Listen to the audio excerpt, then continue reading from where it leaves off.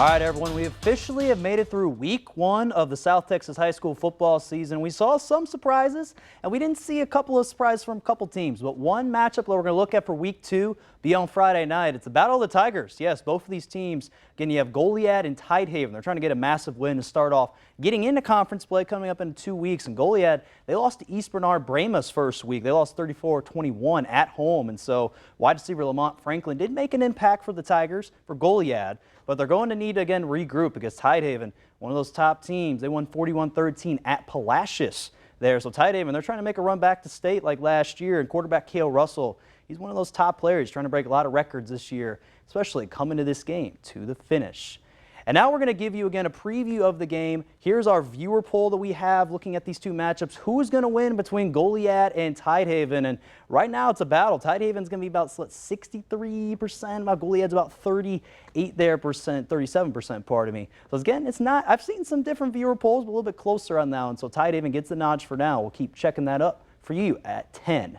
Now from the football field to the volleyball court, there'll be a huge match between the Goliad Tigers and the Victoria West Warriors tomorrow night at Victoria West. Both of these teams, they enter tomorrow night's clash as, again, both teams are over 20 wins this season. Some of the key players to watch out for Goliad is Carolyn Youngblood, Addison Yendry, and then star player Maven Wunsch, who, again, we're going to highlight later on in this week here on KVU the next couple of days. We'll let you know when that will be. Now for the Warriors, they keep Avery Griffin and then Emily Parker, and they expect to be big ones for the Warriors. And a great matchup tomorrow. I'll provide highlights on tomorrow's show. Now over Victoria East, they play tomorrow night as well versus St. Joseph Flyers. Lady Titans are hoping to get a big win over the Flyers. They're 4-8 right now this season.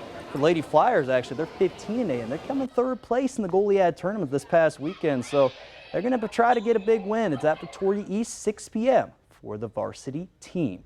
Now also here in Victoria, the UHV women's soccer team, they got a huge 1-0 victory over Nelson University last Thursday. They wouldn't just get that, though. They got some honors from the Red River Athletic Conference this past week. And these honors, they come from Aranza Alva. She won the Offensive Player of the Week. And then the goalkeeper, Haley Nicholas, won the Defensive Player of the Week. And after having a clean sheet, they didn't allow any goals in that game. So congrats to both ladies and the Jaguars. They're back in action Saturday, September 7th at Wayland Baptist at 11 a.m.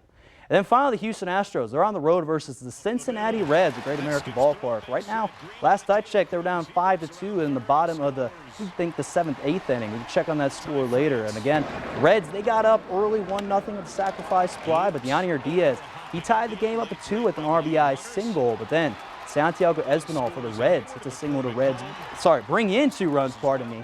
And then trying to get a massive win for the Reds over the Astros. They had 1 month left for the regular season.